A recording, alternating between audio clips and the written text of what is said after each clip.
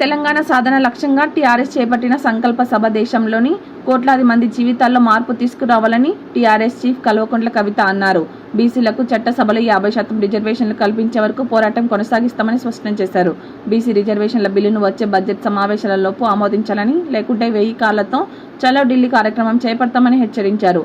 SC, ST backlog పోస్టులు భర్తీ చేయడం, మహిళలకు 33% రిజర్వేషన్లు, ముస్లింలు, ఆదివాసీలు, ట్రాన్స్జెండర్లు, వికలాంగులతో సహా అన్ని వర్గాలకు సామాజిక న్యాయం కల్పించాలని డిమాండ్ చేశారు.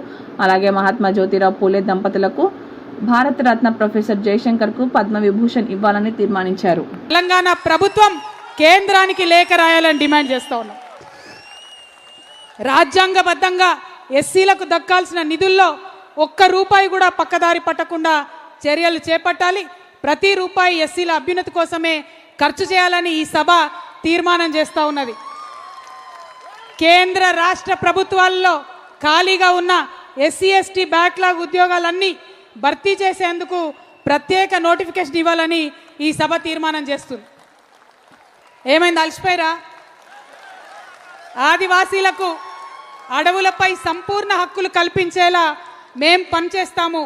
మైదాన ప్రాంత గిరిజనులకు అభివృద్ధి ఫలాలు దక్కేలా మా పార్టీ తీర్మానం చేస్తుందని మీ అందరికి కూడా మాట ఇస్తూ ఉన్నాం.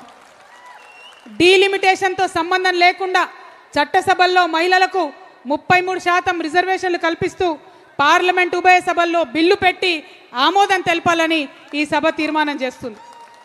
ముస్లింలకు ఆర్థిక స్వావలంబన, రాజకీయ ప్రాతినిధ్యంతో పాటు వక్ఫ్ భూముల రక్షణ చట్టం తేవాలని తీర్మానం చేస్తూ ఉన్నాం.